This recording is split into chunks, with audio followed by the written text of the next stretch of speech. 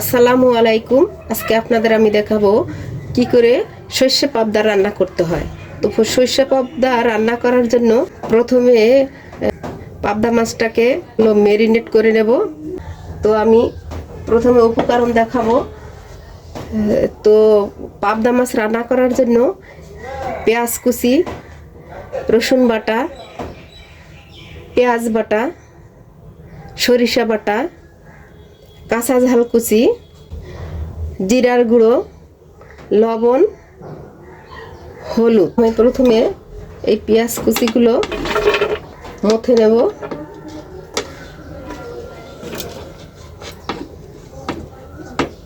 পরিমাণ মতো লবণ দেব। তো আমি এই লবণটুকুই দেব, আর দেব না, বেশি হয়ে যাবে।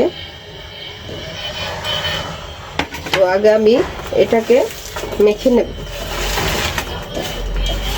একদম ন্যাচারাল একটি খাবার।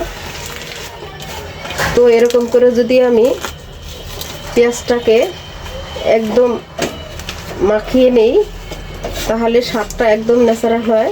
আমার মাকে আমি দেখেছি এরকম করে রান্না করে, তো আমিও সেরকম করে রান্না করতেছি। তো এই মুরব্বিদের যেই রান্না করার স্টাইল ছিল আসলে আগেই ভালো ছিল, কিন্তু এখন সেরকম না। এই জন্য আমি আমার মায়ের হাতের রান্নাটার কথা খুবই আমার মনে পড়েছে পাবদা মাছ দেখে। তো আমি সেভাবেই আপনাদের আমি দেখাবো। তো দেখেন আমি মথে নিয়েছি, এবার কিন্তু একদম নরম হয়ে গিয়েছে। তো এর মধ্যে আমি দিয়ে নেব রসুন বাটা, পেঁয়াজ বাটা,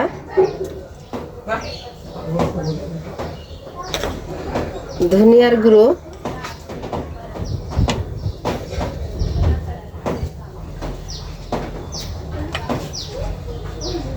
হলুদ বাটা,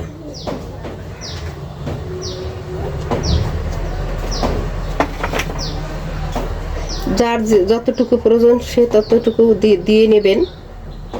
তো এর জন্য আমি পিওর সরিষার তেল ব্যবহার করেছি।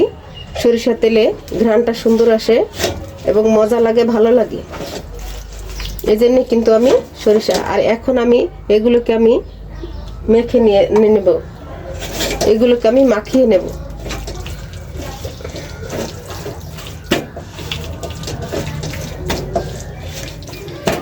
এরকম রান্না খুবই মজা লাগে, একদম সহজ পদ্ধতি একটা রান্না, এতে ঝামেলা কম। এবার আমি সেই মাছগুলোকে দিয়ে দিচ্ছি একটা একটা করে। এবার মাখিয়ে নেব এই মাছ দিয়ে। তো এখন আমি দিয়ে দিচ্ছি, শেষে দিবেন কিন্তু সরিষা বাটা, একদম সরিষা বাটা, একদম ঝামেলা ছাড়া এই রান্নাটা। সরিষা ইলিশ খান, কিন্তু কখনো কি সরিষা পাবদা মাছ খেয়েছেন কিনা আমি জানি না, অনেকে খেয়েছেন। তো এখন আমি এটাকে দিয়ে মাখিয়ে নেব একদম ঝামেলা ছাড়া। আপনারা যারা নতুন নবদম্পতি তারা কিন্তু এই রান্নাটা ঝামেলা ছাড়াই রান্না করতে পারবেন। এবার আমি এটাকে 5 মিনিটের জন্য ঢেকে দিচ্ছি। তো দেখুন 5 মিনিট আমার হয়ে গিয়েছে।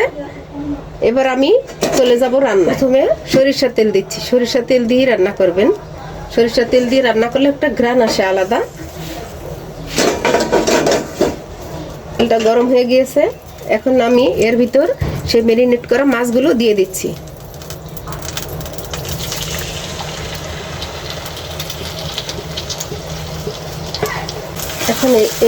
এখন আমি আলতোভাবে একটু নেড়ে নেব, হালকা করে, বেশি না, মাছটা ভেঙে যাবে এতে।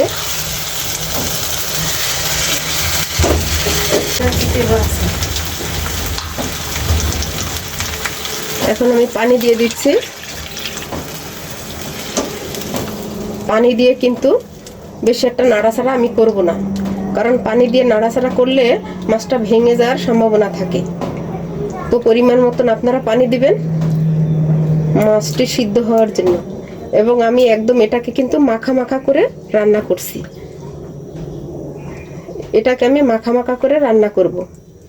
তো এই যে দেখুন আমি কিরকম করে মাছটা একদম পাতিয়ে পাতিয়ে দিচ্ছি। আপনারা কিন্তু এরকম দেবেন যাতে মাছটা না ভেঙে যায়। একদম সহজ পদ্ধতি, একদম সহজ পদ্ধতির একটা রান্না। এবার আমি এটাকে ঢেকে দিচ্ছি রান্না হওয়া পর্যন্ত। এবার আমার মাছটা মনে হয় হয়ে গিয়েছে, তো আমি ঢাকনা উঠিয়ে নিচ্ছি। এখন মাছটা এরকম করে একটু নেড়ে দিতে হবে যাতে নিচে না লেগে যায়। হালকাভাবে আমি মাছটাকে একটু নেড়ে দিচ্ছি যাতে নিচে না লেগে যায়। তো এত সুন্দর একটা ঘ্রাণ আসতেছে, দেখুন কালারটা অনেক সুন্দর, একদম ন্যাচারাল একটি কালার। আমার মা এরকম করে রান্না করতো, খুবই সুস্বাদু, খুবই ভালো লাগে এবং রান্নাটা কিন্তু খুবই সহজ। দেখেছেন, একদম সহজ, সব মাখিয়ে চড়াই দিতে হবে, অনেক সুন্দর। তো আজকে আপনাদের আমি একটা টিপস দেব, সেটা হচ্ছে মাছ হচ্ছে আমিষ জাতীয় খাবার, মাছ, মাংস, দুধ, ডিম এগুলো হচ্ছে আমিষ জাতীয় খাবার। এবং ডাউল, যাদের ঘন ডাউল, যাদের হচ্ছে স্বাস্থ্য কম আছে এবং যারা একটু ঘেনা, তারা কিন্তু এই আমিষ জাতীয় খাবারগুলো বেশি খাবেন, কারণ আমিষে আছে প্রচুর পরিমাণে ভিটামিন, ক্যালসিয়াম, আয়রন সব কিছুই রয়েছে। তো এই জন্য আমিষটা বেশি করে খাবেন, বিশেষ করে যাদের একটু স্বাস্থ্যটা কম। তো দেখুন হয়ে গেছে প্রায় আমার মাছটা, আমি একটু চেখে দেখতেছি।